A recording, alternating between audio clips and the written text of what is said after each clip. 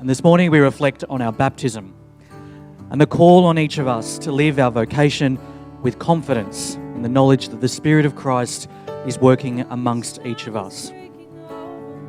Through the grace of the Holy Spirit, first given to us at baptism, we all have an equal share in the continuing mission of Christ in this world and in this nation. As a church of many traditions, backgrounds, cultures and talents, we all profess one baptism and we all share in the same vocational call.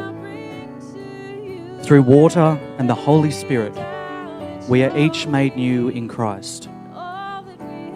So this morning, let's take a moment to recall this important sacrament of initiation that's brought us all here.